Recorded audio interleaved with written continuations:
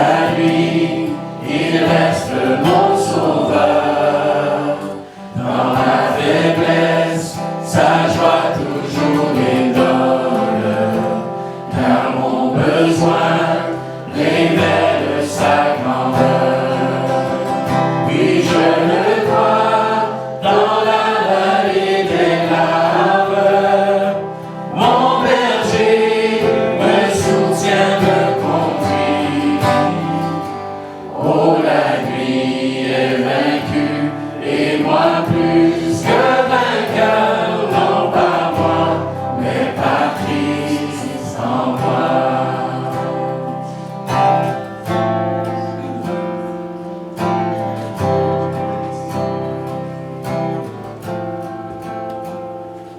Pardonner ma destinée certaine, le prix payé, mon cœur est assuré. Jésus est mort, son sang brise mes chaînes, ressuscité, la mort est renversée. Oui, je le crois, mon péché est abattu. Pour toujours, Jésus me défendra. Détaché de mes liens, puis mon chant libre enfin, non pas moi, mais par Christ en moi.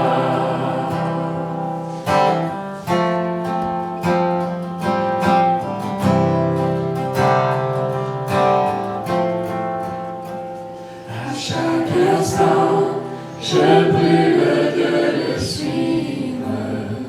Il mènera mes pas dans sa demeure. Jour après jour, ses forces me font vivre. Et face au trône, je dirai mon bonheur. Oui, je le crois, mon seul espoir est Jésus. Que la gloire toujours lui soit rendue. Et la course achevée, toujours je redirai, non pas moi, mais par Christ en moi. Et la course achevée, toujours je redirai, non pas moi, mais par Christ en moi. Non pas moi, mais par Christ en moi.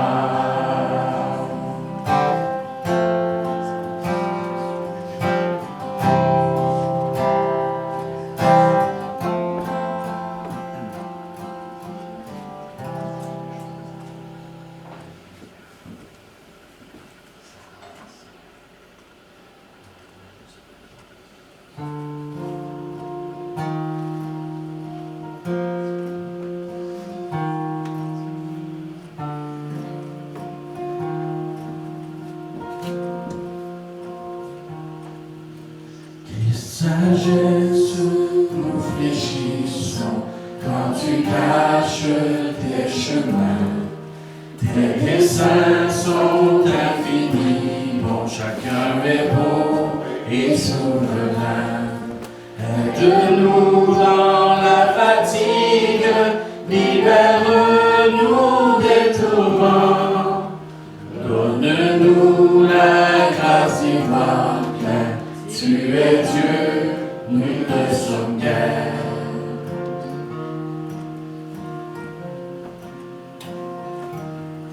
Christ, sagesse soit notre joie, quand nous ne comprenons rien.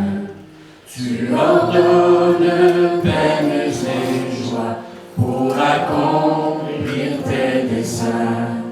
Aide-nous à voir ta puissance sur chaque torrent déchaîné. Dans nos heures d'incertitude, tu es Dieu, nous sommes aimés.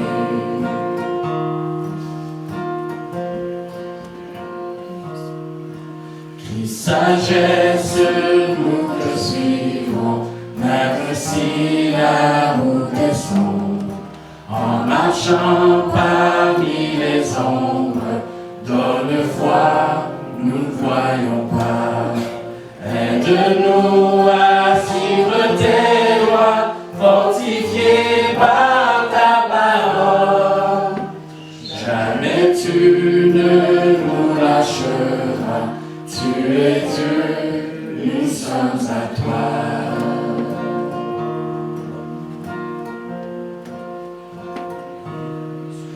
Sagesse nous te louons pour la beauté de la croix. Pour nous tous t'avons méprisé, ton sang nous a rachetés. Nous chantons sans cesse les grâces de ton âme, cœur de sauveur. Christ sagesse, Christ notre roi, tu es Dieu, loué sans fin. Nous chantons sans cesse les grâces de ton âme, cœur de sauveur. Christ sagesse, Christ notre roi, tu es Dieu, loué sans fin.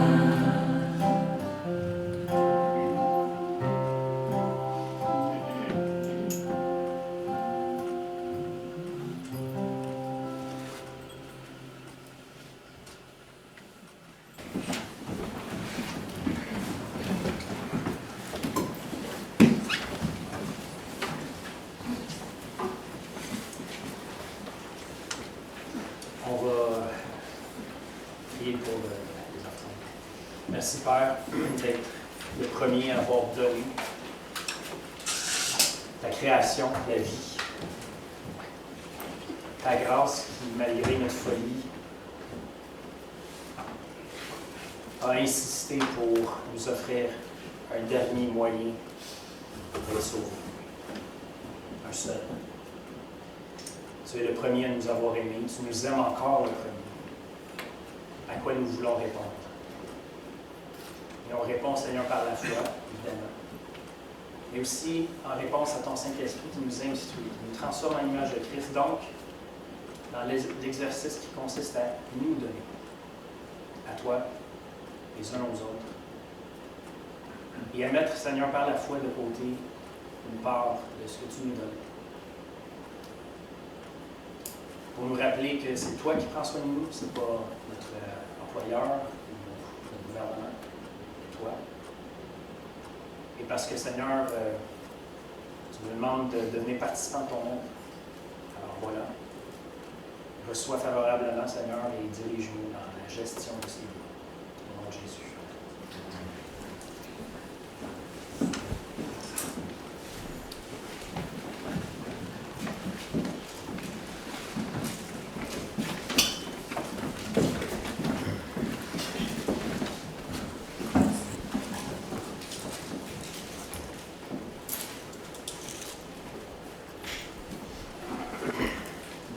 Bon matin.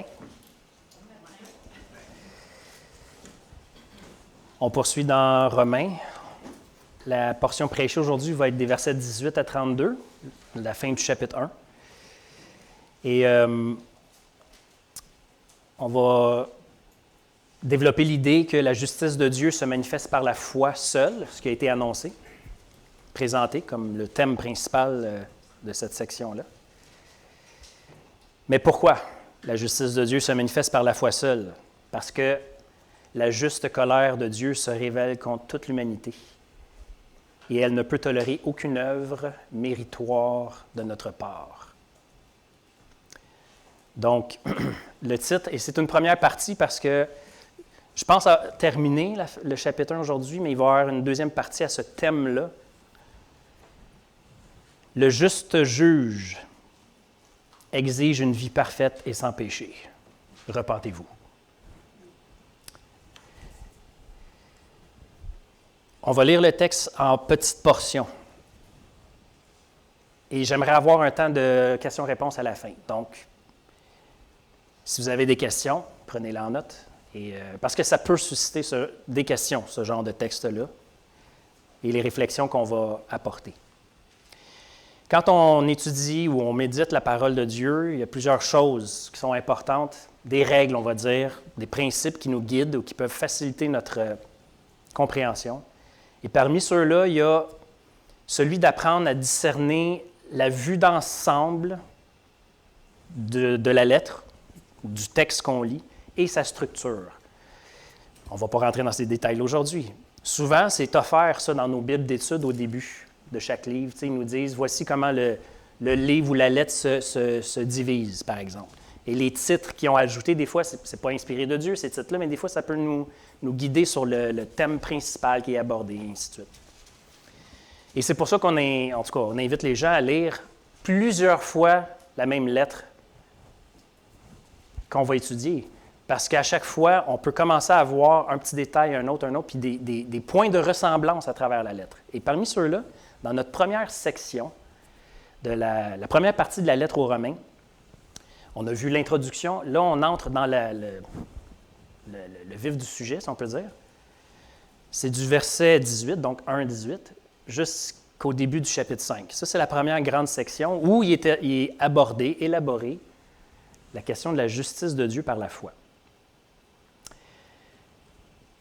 Maintenant, il faut remarquer comment l'apôtre a intentionnellement délimité cette première partie, donc de 1,18 à 5,1, on va dire, en rappelant le thème dont il parle, la justice de Dieu par la foi. Il le rappelle et à des endroits stratégiques. Ça nous aide. Fait que quand vous lisez Romains, par exemple, et que vous avez l'impression tout d'un coup que, il me semble qu'il y a cette phrase-là, il l'a dit déjà, où ça utilise presque les mêmes mots, ce n'est pas un hasard, c'est un indice. Et donc, le thème, la justice de Dieu par la foi, est répété dans 1,17 qui nous introduit au thème, on l'a lu. Également au chapitre 3, les versets 21-22, je fais juste les lire vite. Mais maintenant, sans la loi est manifestée la justice de Dieu, à laquelle rendent témoignage la loi et les prophètes. Justice de Dieu par la foi de Jésus-Christ pour tous ceux qui croient.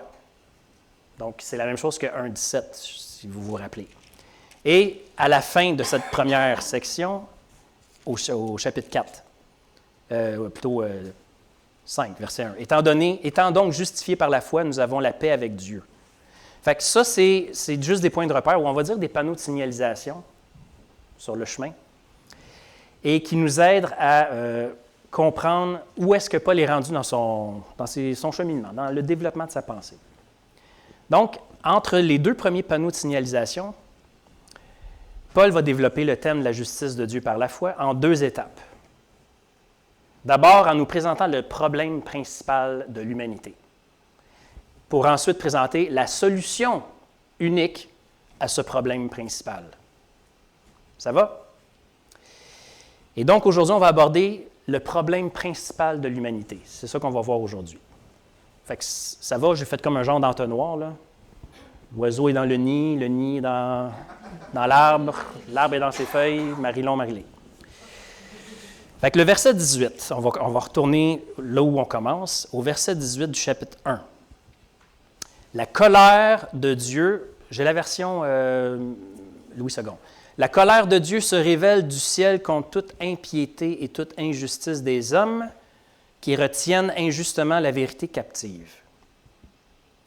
La première chose à noter, c'est celle qu'on ne voit pas. C'est-à-dire que dans certaines versions, dont celle que je viens de lire, ils ont oublié de mettre un mot important qui est dans toutes les autres versions, ou presque, en anglais, dans le texte original en grec, mais qui n'est pas là. Je ne sais pas pourquoi, je trouve ça aberrant. Et c'est le mot « car » qui commence le verset 18. Je ne sais pas si vous vous rappelez de la petite école, là. Une conjonction de coordination. Voilà. C'était quoi cette bébête-là? C'est juste une façon de dire que ce mot-là, il est important parce qu'il introduit une explication. Comme s'il y avait eu une question avant. Et la question, c'est, OK, pourquoi la justice de Dieu se manifeste par la foi et pour la foi? Verset 17. Réponse, verset 18, car, parce que la justice de Dieu, la colère de Dieu est révélée du haut du ciel, contre toute impiété. C'est important, il me semble. Sinon, tu as l'impression que le texte saute du coq à l'âne. Pourquoi il me semble qu'on vient de parler de la justice de Dieu, tout d'un coup, Dieu est en colère? Qu'est-ce que j'ai fait? Mais, pourquoi cette colère? Paul explique également pourquoi cette colère se manifeste du haut du ciel dans les prochains versets. Mais il y a un détail important à noter tout de suite. La colère de Dieu, dont parle l'apôtre Paul ici, est présentée comme une réalité présente et actuelle, pas comme la colère future ou à venir de l'Éternel. Non, en ce moment même. Ce n'est pas une probabilité, c'est une certitude présente. Comme si on pouvait dire, la colère de Dieu peut être observée en ce moment même dans la vie de tous les jours. Puis en même temps, oui, cette colère, on le verra, annonce, ou on va dire, avertit ou donne un avant-goût de la future grande colère de Dieu qui viendra à la fin. Donc, ce que l'apôtre Paul va expliquer ici, là, dans la suite, c'est que le seul moyen de se sortir vivant de cette colère présente, et celle qui est à venir aussi, c'est d'honorer Jésus-Christ en mettant notre confiance en ses paroles. Jésus lui-même a dit sensiblement la même chose. On peut lire ça dans Jean 5. Je fais juste une petite parenthèse parce que c'est très approprié. Dans Jean 5, au verset 22, Jésus va dire « Le Père ne juge personne, mais il a remis tout jugement au Fils. » Donc, ce n'est pas qu'il n'y a pas de jugement. Il y a un jugement, sauf que c'est le Fils qui juge. Jésus. Verset 23, « Afin que tous honorent le Fils comme ils honorent le Père. » Donc, Jésus est en train d'affirmer sa divinité égale à Dieu, le Père. « Celui qui n'honore pas le Fils n'honore pas le Père qui l'a envoyé. » Et verset 24, « En vérité, je vous le dis, celui qui écoute ma parole et qui croit à celui qui m'a envoyé a la vie éternelle et ne vient point en jugement, mais il est passé de la mort à la vie. » C'est déjà fait.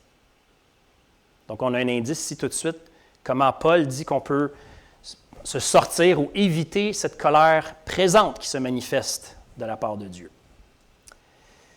Mais avant d'expliquer de quelle façon cette colère de Dieu se révèle en ce moment même, Paul, le texte nous dit comment, ou en fait, pourquoi Dieu est en colère. Pourquoi? Et le choix des mots, verset 18, et l'ordre des mots est important. La colère de Dieu se révèle du ciel contre toute impiété, 1, et toute injustice des hommes, 2. D'abord, la colère de Dieu contre notre impiété. Impiété, ça veut dire le contraire de piété, d'accord? Mais encore.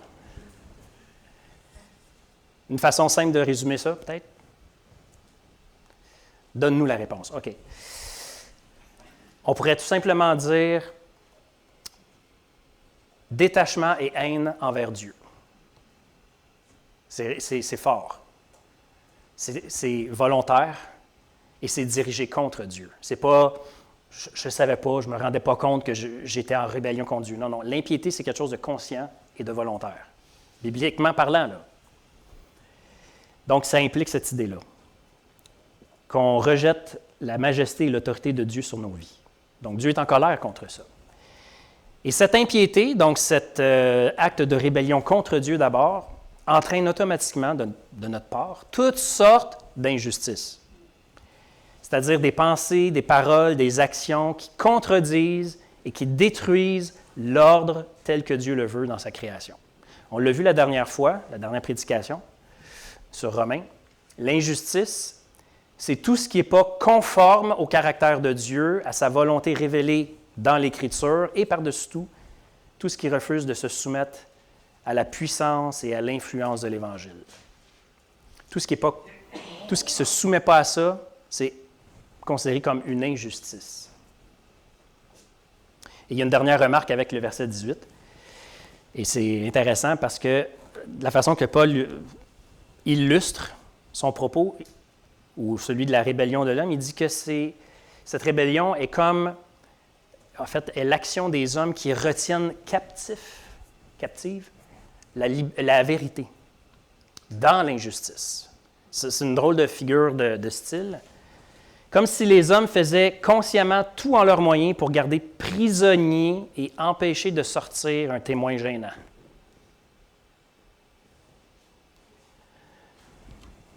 En fait, ça suggère que ce témoin, entre guillemets, qui veut dire la vérité et pointer en direction de Dieu, n'est pas à l'extérieur de l'homme. Comme s'il voulait forcer son entrée dans l'homme en disant « Je vais m'imposer à tes pensées, tu vas croire ce que je te dis. » Non, non, il n'est pas à l'extérieur, il est à l'intérieur, ce témoin-là, déjà, de la façon que c'est formulé. Ce témoin de la vérité se trouve à l'intérieur de l'homme, mais celui-ci veut l'empêcher de se faire entendre.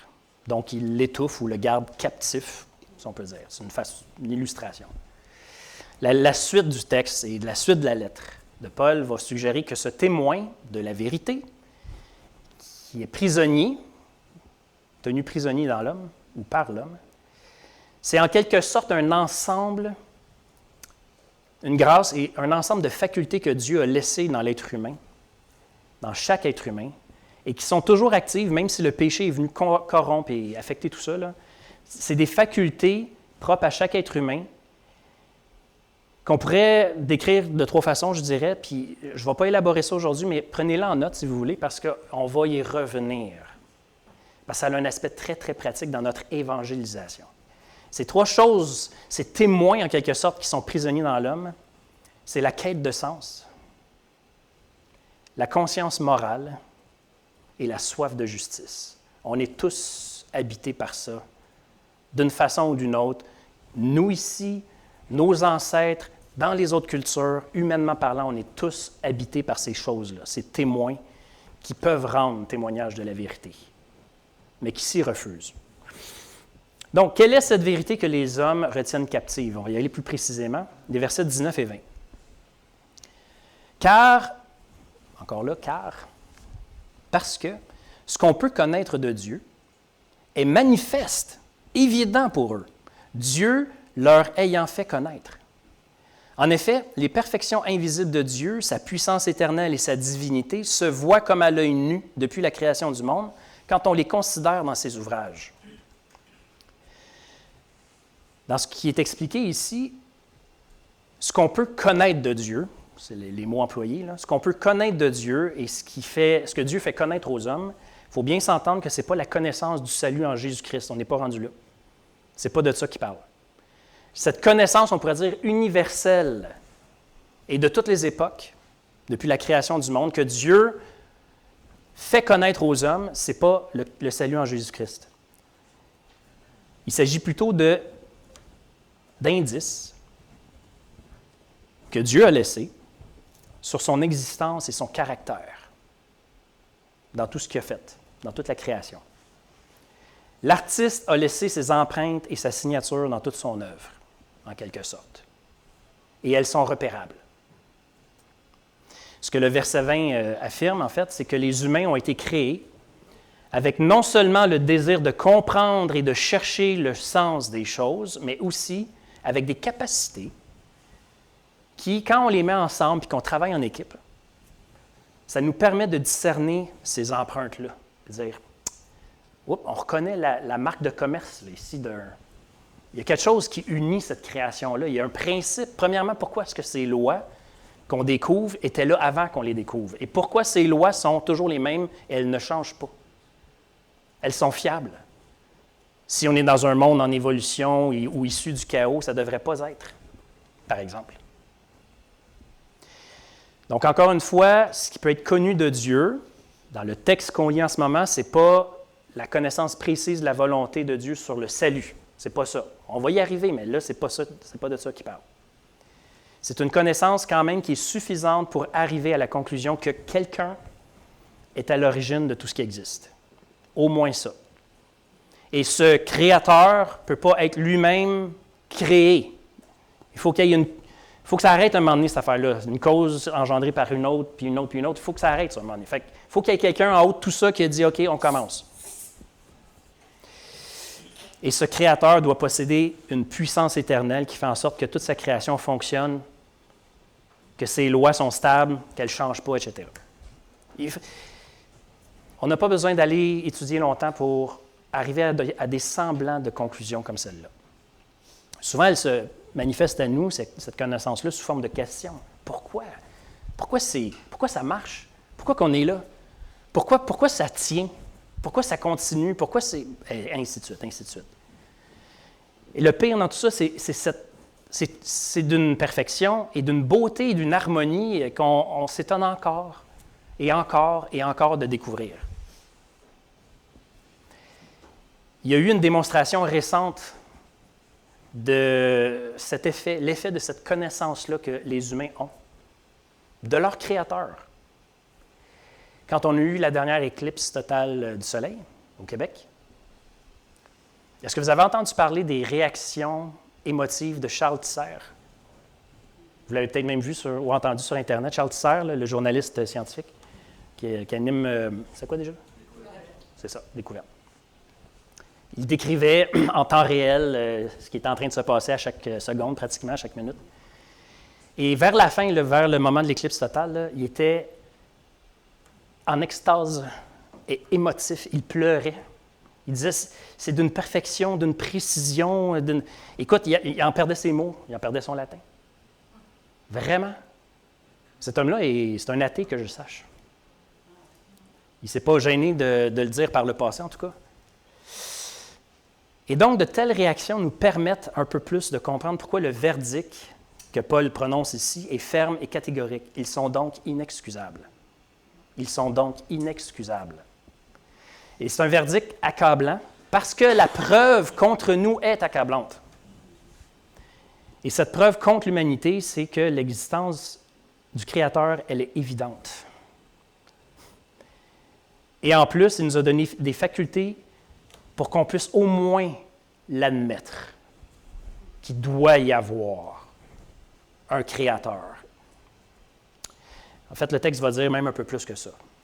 Mais vous vous rappelez, on a lu au début du culte, dans le psaume 19, que les cieux racontent la gloire de Dieu, l'étendue manifeste l'œuvre de ses mains. C'est une façon poétique de dire ce que je viens de dire. Le jour en instruit un autre et la nuit donne connaissance à une autre nuit. C'est-à-dire que quand on observe, on apprend de plus en plus sur la même chose. Et ce n'est pas un langage et ce n'est pas des paroles qui ne sont pas entendues ou pas connues des gens. Leur retentissement parcourt toute la terre et leurs accents vont aux extrémités du monde. Tout le monde a accès à ça et tout le monde le constate depuis la nuit des temps. On pourrait ajouter même ici, puis d'autres passages que je vous donne en référence, on ne va pas les lire, ce que Paul va témoigner à Lystre dans Acte 14 concernant ce Dieu créateur qui ne veut pas se faire adorer dans des temples et ainsi de suite. Ou dans Acte 17 quand il va témoigner devant des philosophes à Athènes. Tous ces textes-là confirment que la rébellion des humains est volontairement dirigée contre le Créateur et qu'elle est une haine de la vérité et un refus obstiné de se soumettre à l'évidence accessible. Une évidence accessible, mais on refuse de s'y soumettre. Donc, notre rébellion est d'abord une décision religieuse. Notre rébellion est d'abord une décision religieuse. Malgré les faits et les évidences, on refuse la conclusion qui s'impose. On préfère se construire une vérité, on entend bien gros aujourd'hui celle-là, on préfère se construire une vérité qui fait notre affaire, plutôt que l'évidence. Et c'est ça que Paul appelle l'impiété, et dont il donne une courte définition au verset 21. Qu'est-ce que l'impiété? Ayant connu Dieu, il n'y a pas de peut-être que... Non, ayant connu Dieu, ils ne l'ont point glorifié comme Dieu, et ils ne lui ont point rendu grâce, mais ils se sont égarés dans leurs pensées, et leur cœur sans intelligence a été plongé dans les ténèbres. Cette connaissance de Dieu est limitée, parce qu'elle ne nous amène pas à la connaissance du salut par Jésus-Christ, qui est très précis, mais c'est quand même une connaissance suffisante, comme on le disait, qui, au minimum, aurait dû nous conduire à admettre, à reconnaître Dieu et à lui rendre grâce. J'étais adolescent, à 15 ans peut-être, ou 16. Comment à 15 ans tu peux avoir des questions aussi lourdes, existentielles? C'est bon. Ça témoigne justement qu'on n'est pas laissé sans moyen de reconnaître Dieu ou son existence à tout le moins. Je me rappelle que, j'avais 15 ans, puis j'étais contemplatif. J'explorais l'art de toutes sortes de façons, mais par la poésie, entre autres, puis j'étais tellement ébloui par la création et j'étais envahi par le sens de la beauté, de l'harmonie de notre création. Et j'étais obsédé par, mais pourquoi c'est comme ça, puis pourquoi on n'a pas la réponse à ça? Pourquoi on a tout ça, mais qu'on n'a pas la réponse à toutes nos questions? Pourquoi? Et je me rappelle vraiment, je sais où j'étais, je sais la température qu'il faisait et tout, là, j'étais dehors. Et je pleurais en priant ce Dieu inconnu auquel je m'adressais. Je parlais à l'univers, ou je ne sais pas trop, là. Je dis, voyons, pourquoi tu nous laisses ici sans réponse? Manifeste-toi. Mais en même temps, on me proposait, ou je savais ce qui était dit par rapport à Jésus ou la Bible, et ça, je m'en moquais avec arrogance. D'un côté, je suppliais ce Dieu inconnu de se manifester, de l'autre côté, je disais, « Jésus-Christ, C'est ça la perversité et la puissance du péché. Il sert de la vérité disponible, accessible à tout le monde, pour nous inciter à la rébellion contre Dieu et pour nous perdre. C'est fou, là. Bref, l'impiété. Mais c'est quoi les fruits de cette impiété-là, comme on le disait tantôt? C'est l'injustice, qu'on voit au verset 22 et 23. Se vantant d'être sages, ils sont devenus fous.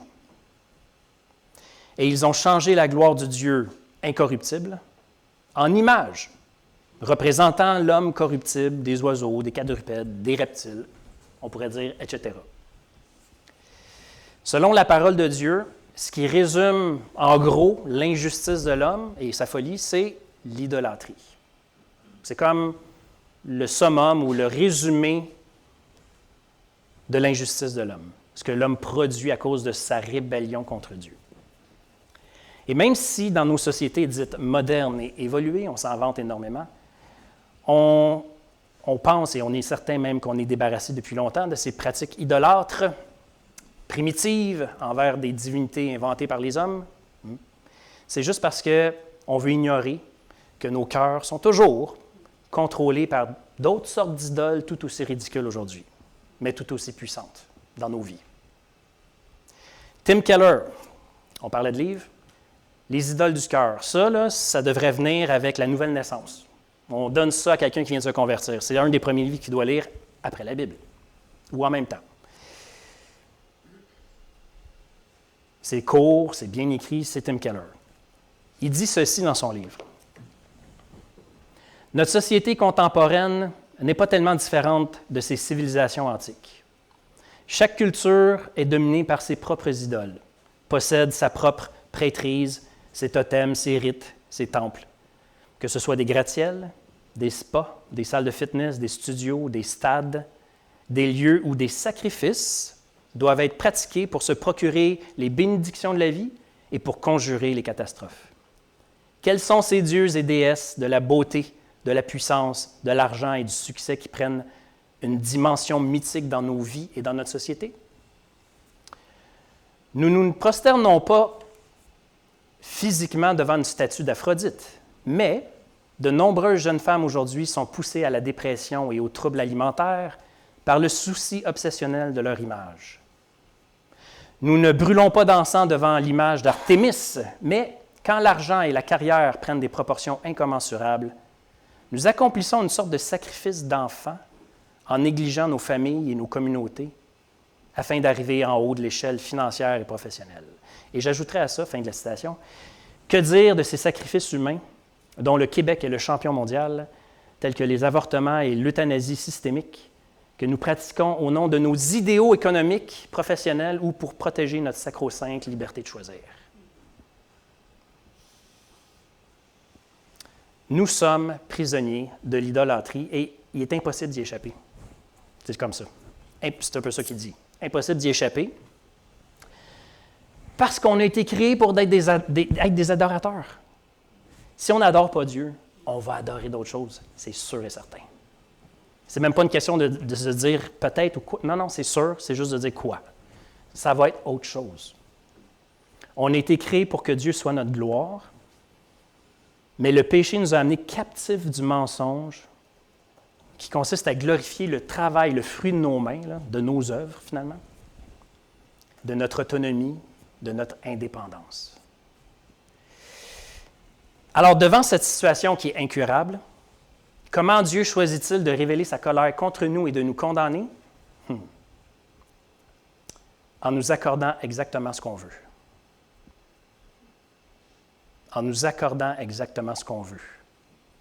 C'est-à-dire en nous laissant faire comme bon nous semble et en nous laissant récolter seuls les conséquences. Ça, c'est l'enfer. Les versets 24 à 27. C'est pourquoi Dieu les a livrés à l'impureté, selon les convoitises de leur cœur.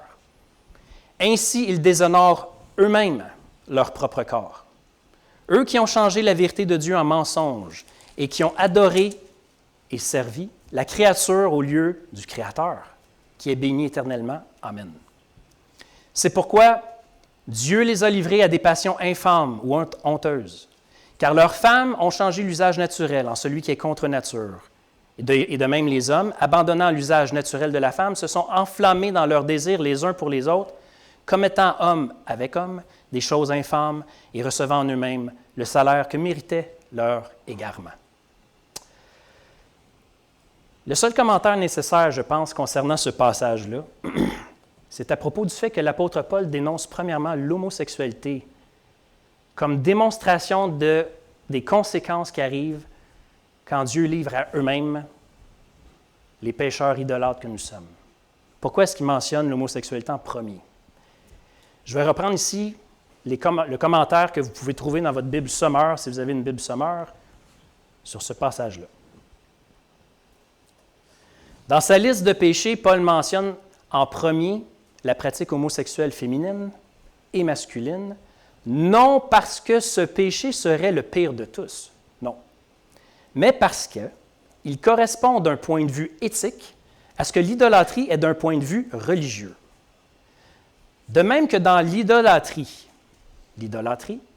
les hommes expriment leur besoin de l'autre qui est Dieu, mais en adorant celui qui est leur semblable, l'idole. Dans l'homosexualité, ils reconnaissent leur besoin de l'autre, mais s'unissent à leur semblable. Une même distorsion s'y manifeste. L'homosexualité, en fait, est juste une forme plus pathétique, peut-être plus criante, de l'idolâtrie de soi et de la haine de Dieu, comme le sont tous les autres péchés en passant. Mais il y a quelque chose de frappant avec l'homosexualité, c'est qu'on s'unit à pareil. On ne veut pas confronter la différence ou l'altérité, comme on dit. Ensuite, et c'est intéressant, l'apôtre va justement reprendre l'idée centrale de la colère de Dieu pour donner encore d'autres exemples de notre idolâtrie à laquelle Dieu nous abandonne. Ce sont les versets 28 à 31. Comme ils ne se sont pas souciés de connaître Dieu, Dieu les a livrés à leur sens réprouvé pour commettre des choses indignes. Étant remplis de toute espèce d'injustice, de méchanceté, de cupidité, de malice, pleins d'envie, de meurtre, de querelles, de ruse, de malignité, rapporteurs, médisants, impies, arrogants, hautains, fanfarons, ingénieux au mal, rebelles à leurs parents, dépourvus d'intelligence, de loyauté, d'affection naturelle, de miséricorde. Il y a deux observations qui vont suffire pour le texte parce que, en fait, ce genre de liste-là, il y en a souvent dans l'Écriture. Et c'était aussi monnaie courante dans l'Antiquité, des listes de vertus ou des listes de vices, comme des choses à ne pas faire ou des choses à rechercher et d'autres à ne pas rechercher. Et il y a des répétitions là-dedans, il y a des choses qui se ressemblent beaucoup. Fait que ce n'est pas nécessaire de faire une étude approfondie de mots ici, à moins que ça vous intéresse. Libre à vous de le faire. Ce matin, deux observations. La première, ils ne se sont pas souciés de connaître Dieu, est un peu mieux rendu dans certaines versions qui traduisent « ils n'ont pas estimé bon, ils n'ont pas cru nécessaire, ils n'ont pas jugé bon de connaître Dieu. » Ils n'ont pas jugé bon de connaître Dieu. C'est comme ça que c'est traduit dans la Sommeur. Pourquoi cette nuance-là est importante? J'aime mieux ça qu'ils ne se sont pas souciés, comme si c'était un peu de la négligence, là. Ils n'ont pas jugé bon, parce que ne pas juger bon suggère justement un peu mieux l'idée de cette autonomie de l'homme, qui juge que pour lui, Dieu peut prendre le bord.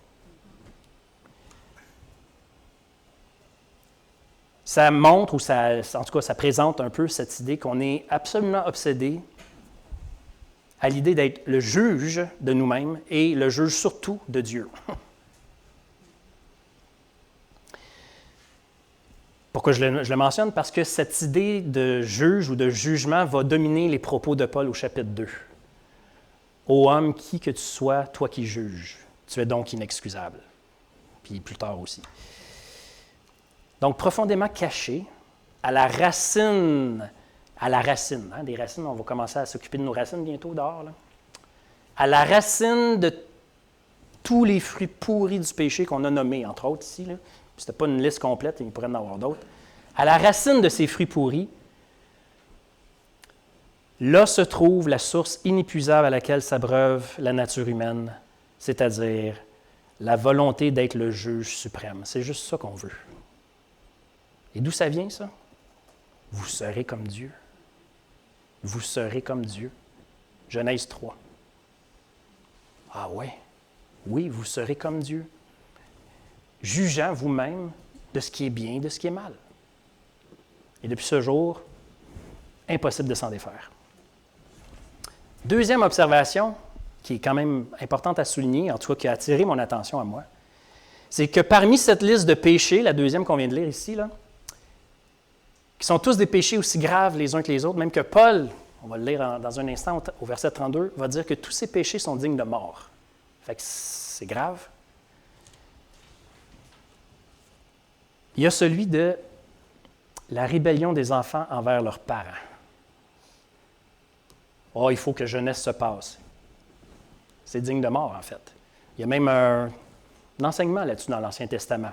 Comment c'était géré la rébellion des enfants envers leurs parents à cette époque. Merci Seigneur, on est sous la grâce.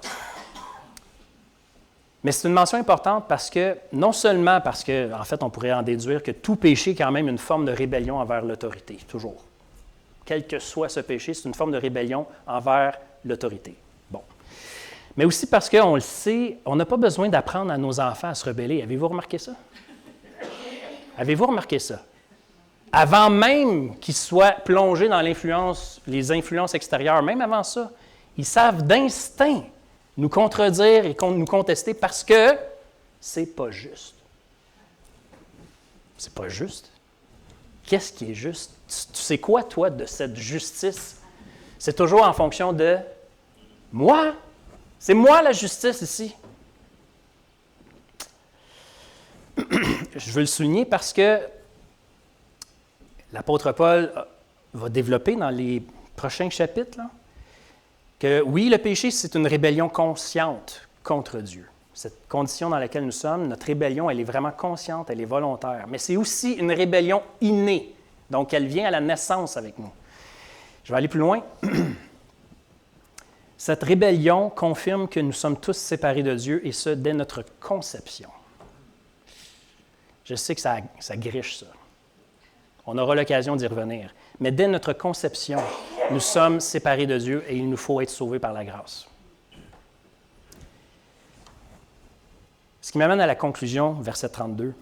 « Et bien qu'ils connaissent le jugement de Dieu, déclarant dignes de mort ceux qui commettent de telles choses, non seulement ils les font, mais encore ils approuvent ceux qui les font. »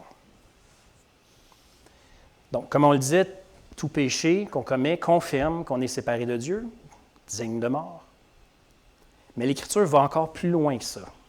Et on pourrait dire à ce stade-ci, on s'en fout ce que tu en penses, là. C'est Dieu qui le dit, là. OK? L'Écriture nous révèle que tout être humain sait instinctivement qu'il est coupable et qu'il est digne de mort devant Dieu. Donc, c'est important peut-être de rappeler, et on y reviendra, cette idée que notre Créateur, même après que notre rébellion se soit manifestée, qu'on était séparés de lui, dans sa grâce, pas obligé, là, dans sa grâce, il nous a quand même laissé, a déposé en nous le don de la conscience morale et de la soif de justice. Et c'est fascinant, ça. D'ailleurs, la science anthropologique a découvert que dans toutes les cultures mondiales, passées, présentes, et on pourrait dire à venir, les humains ont naturellement mis en place des lois et des châtiments similaires d'une culture à l'autre, là, quand Internet n'existait pas puis le téléphone non plus. Là. Des lois et des châtiments similaires pour freiner et punir le mal. C'est intéressant.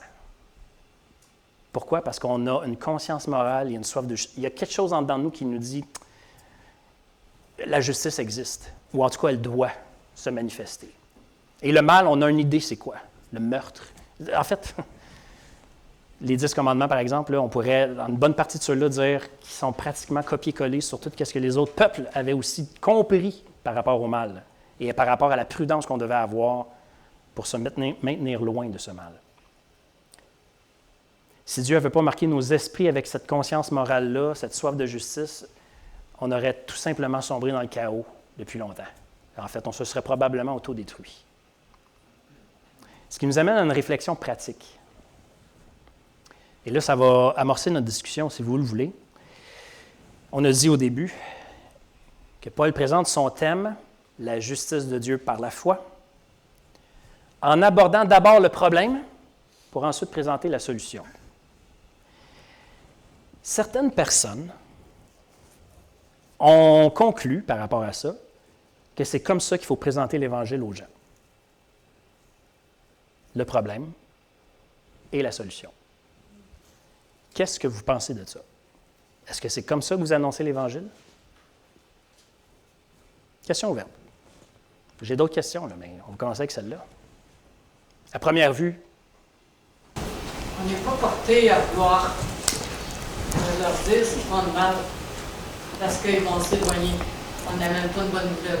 OK. Comme on sait que le train de salut, c'est une bonne nouvelle, mais c'est vrai que j'avoue, des fois, on manque de bien l'expliquer, le train de salut. Pourquoi que Christ est venu sur la croix. Mais ça, je le mentionne pour nos péchés. Mais ce que j'ai remarqué la dernière fois, quand j'ai parlé avec quelqu'un, la madame, là, qui a bien rouge, je disais, Dieu est tellement fait pour moi. Là, elle me disait, 2 fois, elle m'a posé la question, qu'est-ce que Dieu a fait pour toi? Là, je n'ai pas voulu rentrer dans ma vie privée parce que je voulais parler de Christ. Mais dans le fond, on est des témoins. Fait qu'il faut avoir expliqué ce que Dieu a fait dans notre vie. C'est pas toujours évident, mais on est devant un inconnu. Fait que je ne sais pas si face à cela, tu peux. Intéressant. Donc, dans le fond, il y a une nuance. On peut parler de l'effet de la grâce dans notre vie, comment on était avant, comment Dieu nous a sauvés de qui on était, ainsi de suite. Sans... En fait, on peut peut-être prioritairement faire ça et non appliquer cette formule-là dans la vie de la personne à qui on parle, c'est-à-dire, toi, là, tu étais un pécheur. Parce que, je ne sais pas quoi dire. Je ne sais pas, d'autres commentaires? J'ouvre la porte, là. Oui?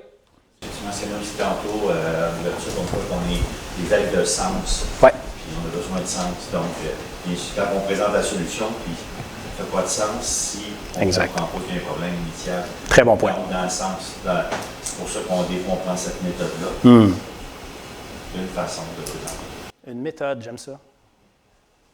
Puis en passant, c'est pas mauvais, les méthodes. La création est faite de lois qu'on découvre et qu'on appelle des méthodes. Oui? Une dame cette semaine et elle criait haut et fort qu'il n'y avait aucune justice. Et moi, je lui ai dit, tu as raison. Je lui ai dit, tu as raison. Il n'y a aucune justice. Il y en a un seul qui était juste, qui a marché sur cette terre. Et c'est là, à cause de sa déclaration, je lui ai présenté le juste. Excellent. Oui? Moi, je pense que ça vient toucher. Martin m'a dit souvent ça. Si tu veux convaincre quelqu'un, ne va pas où il résiste. Parce que tu restes, tu frappes un but. Va plutôt avec sa question. OK. Y aller avec la question, où là où la personne est rendue, on va dire, dans son cheminement, ou l'expression que j'ai entendue récemment, je vais juste la mentionner, on entre dans la conversation que Dieu est en train d'avoir avec la personne. Oui? En fait, quand on est juste à l'écoute, c'est quoi la souffrance de l'autre? On a souvent pas. OK. Intéressant. Bon, il ne faut pas avoir peur de dire le mot souffrance. Souffrance, oui. La peine, c'est pas tout à souffrir. Oui. Et là, souvent, ça ouvre mettons, c'est le barrage du ciel. ça ouvre des portes, puis des fois, on a de la misère avec ça. Une chose qui n'a pas été mentionnée vraiment ici, puis je pense qu'en fait, ça transpire dans tout le texte sans être dit, c'est qu'un des premiers effets du péché dans la vie de l'homme, de l'être humain, c'est la solitude, l'isolement. Ça nous isole. Bien, premièrement, on le sait, le texte nous dit qu'Adam et Ève se sont cachés de Dieu et de l'un de l'autre. Ils se sont camouflés avec Ils se sont isolés. Et c'est une des premières, sinon la chose qui est la plus... On a l'impression d'être les seuls au monde. Bien, premièrement, quand j'avais 16 ans, tantôt, là, je vous disais 15-16 ans, là, j'étais sûr que j'étais la seule personne normale et que c'était un gros montage, cette affaire-là, que mes parents, c'était des extraterrestres qui m'avaient mis dans une situation... Bref, l'isolement qui était étouffant et qui me poussait à vouloir mourir. Là. L'isolement. Fait que quand ça s'est brisé en disant non, on vient tous de la même... On vient tous du même problème, si on peut dire. On est tous dans la même situation, et ainsi de suite. Là. Déjà là. Puis on finit, j'entends la quête de sens, j'entends la soif de justice, le sens moral. Ces choses-là, là, c'est sur un plateau, ça. Quand on rencontre des gens. Parce que c'est sûr que c'est là quelque part dans la vie de la personne. Sûr et certain, on ne peut même pas se tromper là-dessus. Fait qu'une de ces choses-là peut nous permettre de dire, bien, écoute, sais-tu quoi? On a été créé avec ce don-là parce qu'il y a quelqu'un qui veut qu'on le cherche et qu'on le trouve. Oui, vas-y. Quand tu as parlé que la colère de Dieu se manifeste envers l'humanité, oui. Ça m'a fait penser, moi aussi je suis en colère face à ces choses-là. Je suis contente de savoir que Dieu a pensé aussi Amen. qu'il ne reste pas indifférent. Et ça me réconforte dans un siècle où les choses ne vont pas très bien, on se dirait. Amen. Dieu voit la même chose. Soit dit en passant, la colère de Dieu, ce n'est pas une colère émotive, incontrôlable. Dieu est Dieu. Là. On parle il manifeste son désaccord ferme contre tout ce qui brise sa création. C'est ça, la colère de Dieu. Il ne peut pas tolérer qu'on le méprise lui et sa création. Donc, il manifeste qu'on a été créé pour lui, d'une certaine façon. Et donc, cette colère, et si en passant, Dieu n'est pas en colère et ne rétablit pas la justice, alors il n'est pas digne de confiance. C'est aussi simple que ça. Il n'est pas digne de confiance si Dieu ne juge pas. Il faut qu'il juge. Il faut qu'il rétablisse la justice. Bon. Pensez-vous que les gens ont besoin qu'on insiste sur leur culpabilité devant Dieu avant qu'on leur dise comment Dieu peut les délivrer de cette culpabilité-là? C'est exactement ça que je m'en allais dire. Dans mon approche, je mentionne toujours l'accueil que Dieu nous fait. Parce que ça, là, tout le reste, ils le savent déjà. Ils en viennent tout de suite. La première réaction, c'est « Ah, mais moi, les gens le savent. » Intéressant. C'est un peu là que je voulais aller. Et j'ai l'impression que c'est vers ça que le texte nous pousse aussi. Certains diraient, et je vais juste présenter cette façon de faire, certains vont dire plutôt qu'il faut d'abord prêcher la loi qui condamne, qui accuse et qui condamne, avant de prêcher la grâce qui sauve et libère. Donc, j'ai ta réponse. Est-ce que c'est quelque chose que vous avez déjà entendu ou que vous pratiquez? On ne veut pas parler du jugement en rapport que l'enfer. On ne veut surtout pas prononcer ce mot-là. Non, ouais. C'est comme trop. Ouais. Tu sais, c'est pour ça que ceux qui l'acceptent vont au ciel. Ceux qui ne l'acceptent pas vont en avoir. Le jugement de Dieu, il est là. Mais dans ton approche avec les gens, est-ce que tu présentes ça? Non. Bon. Avez-vous remarqué que Paul, premièrement, il nous a mis dans le contexte, on sait à qui il parle. Là.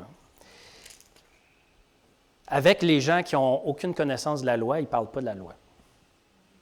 Mais dans le prochain chapitre, il va parler de la loi parce qu'il s'adresse à ceux qui connaissent la loi. Donc, on a un indice, là. Comment on aborde les gens, ce n'est pas avec tout le temps la même formule. Dans un pays comme aux États-Unis, où le christianisme, évangélique d'autant plus, était en tout cas et encore pas mal dominant, quelqu'un peut se promener dans la rue, que je nommerai pas, en assommant les gens avec la loi pour ensuite leur présenter l'Évangile. Ça a un certain impact parce qu'il y a une culture générale qui fait référence à ça, ils peuvent se rattacher à ça. Mais on est de plus en plus dans une société là, que Dieu, Jésus, les 10 commandements, les 10 quoi? C'est une recette, ça? C'est quoi? C'est Ricardo qui l'a fait? Oui? Bien, moi, cette semaine, j'ai témoigné à une de mes collègues sans nommer Dieu nécessairement, mais l'histoire courte, elle me parlait d'une thérapie qu'elle avait fait par rapport à sa famille et tout, en lien avec son passé, tout ça, puis qu'elle dit qu'elle acceptait ce qu'elle avait vécu. Moi, j'y ai dit, tu acceptes, tu gardes le fardeau, tu pardonnes, tu es libéré. Je résume un peu là, fait que là, le fait de parler que le pardon amène de la liberté, ça me fait réfléchir. Intéressant. Sans nécessairement nommer. Tu sais, j'ai nommé un peu que moi je croyais en Dieu, que le pardon vient de Dieu, mais pas plus que ça, là, tu sais, juste dans la réflexion. Intéressant. Le verset 32, il nous dit que les gens, en fait, je vous pose la question, est-ce que, le verset 32, je le relis, là, et bien qu'ils connaissent le jugement de Dieu qui déclare indigne de mort ceux qui commettent de telles choses. Donc, est-ce que les gens ont besoin de se faire rappeler qu'ils sont coupables devant Dieu? Toi, tu sembles dire, bien, pas vraiment, non, parce qu'ils le savent, en fait. Puis d'ailleurs, c'est un peu peut-être pour ça qu'ils réagissent quand on arrive puis qu'on leur rentre dedans, ils vont dire, hey, si tu penses que je ne sais pas que je suis coupable, là, bien, ils ne diront peut-être pas comme ça, là, mais moi, je me rappelle d'ailleurs, quand j'ai entendu l'Évangile pour la première fois, en voulant dire, c'est comme si, puis bon, de toute façon, c'est comme ça que ça a été fait, puis Dieu s'est servi de ça, mais là, maintenant, parce que là, t'es sauvé, là, tu vas régler ça, on va régler ça, on va régler ça, on va régler ça, puis on va régler ça.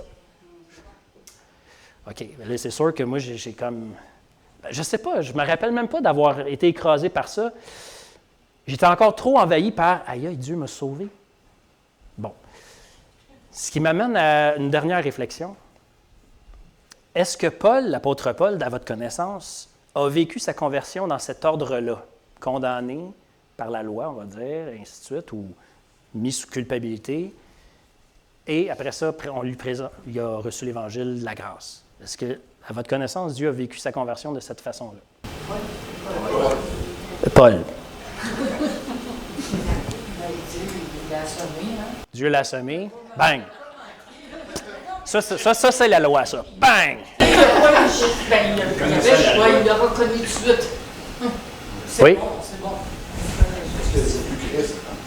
Il a vu Christ, puis l'autre? J'allais juste dire que c'est une rencontre. Une rencontre. Et j'ai l'impression que le verset 22 répond au verset 32. 22. Sagesse et folie. OK. Vraiment, pour ma part, j'ai l'impression parce que les deux sont là, dans le sens où on prétend être sœurs, on est fou. C'est quand on considère qu'on est fou dans notre façon d'être. Puis ça, c'est pas difficile d'être dans une réunion familiale hier soir. Puis déjà, les parents de jeunes enfants reconnaissent des écoute, on est en train de gérer tel affaire.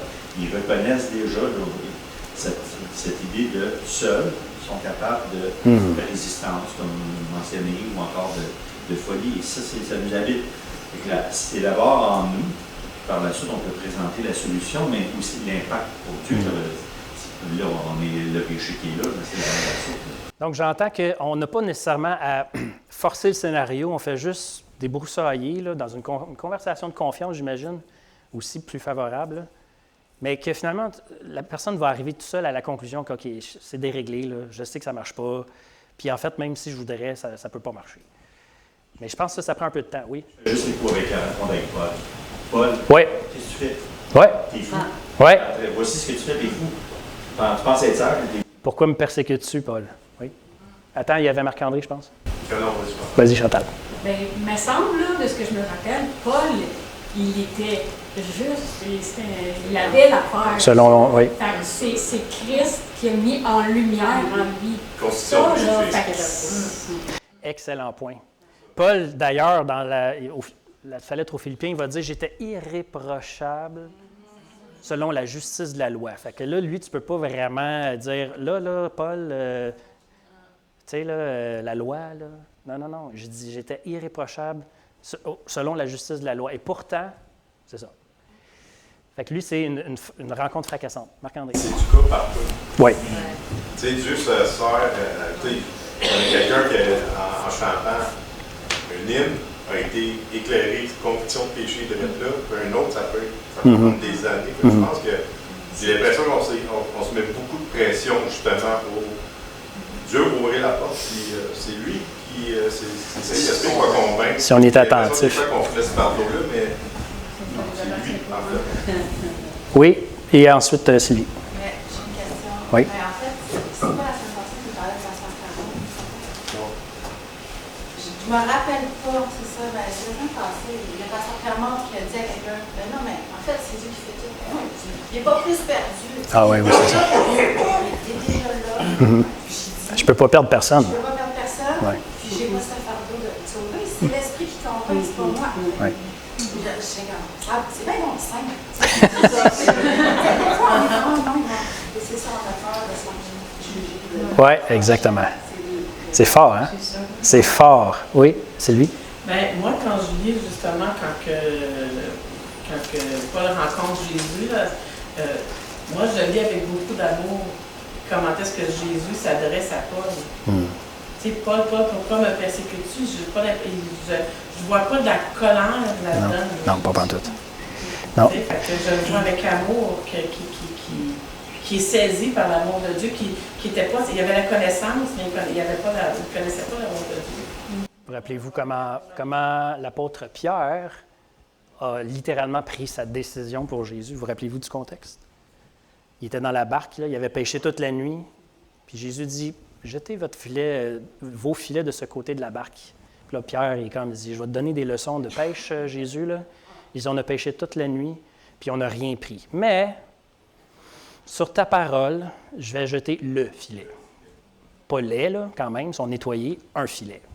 Jette le filet, et là, c'est la première pêche miraculeuse. C'est quoi la réaction de Pierre? Il se jette à terre, à genoux, puis il dit « Seigneur, éloigne-toi de moi, je suis un homme pécheur. » Est-ce que Jésus l'a assommé avec la loi? Zéro. Il était là avec un sourire en coin, en train de probablement tirer sur le filet lui-même là, pour ramasser le poisson. C'est tout. Wow. J'ai un commentaire là, puis Denise, tout de suite. Denise, ensuite Alain. C'est sa fête, il est capable d'attendre. Mais moi, en faisant, vous savez, je fais prévention suicide, fait que je prépare à peu près une centaine de portes par semaine. Et moi, mon optique, c'est que la personne ait une bonne rencontre avec une personne. Puis moi, je suis croyante. Moi, je sais que je suis croyante, puis Dieu est là, il prépare les camps. Mon optique, c'est que j'ai une bonne rencontre. Que la personne ait un sourire quand je vais partir de là. OK? Le restant, là, c'est ce qu'elle va me donner. C'est la relation vraiment. Et des fois, c'est des relations, vraiment des conversations qui sont incroyables, là, qui viennent de Dieu. Mais des fois, c'est juste, soyez bénis, vous êtes en santé, soyez bénis, passez une belle journée. Amen. Puis ça s'arrête là, puis tu comprends? Merci. C'est vraiment la relation, là, donner. On n'est pas des... C'est ça. Il y a Alain. Juste parler un peu plus fort dans la salle, Ouais. il y a des gens qui écoutent sur... Sauf qu'on achève, c'est le dernier commentaire probablement. Vas-y. Il faut faire attention quand on témoigne, ne pas tomber dans le jugement avec ce genre-là. S'il y a Un genre de procès, là. Ouais, c'est ça. S'il y a un qui peut te condamner, c'est Dieu. C'est pas... C'est quoi le rôle du Saint-Esprit? C'est de convaincre de péché. Fait que, et le Saint-Esprit se sert de quoi? C'est quoi son arme principale? C'est l'épée. C'est la parole. Je vous laisse avec cette citation de Paul dans 2 Corinthiens 5, verset 19. « Car Dieu était en Christ, en Jésus-Christ, réconciliant le monde avec lui-même, en n'imputant point aux hommes leurs offenses.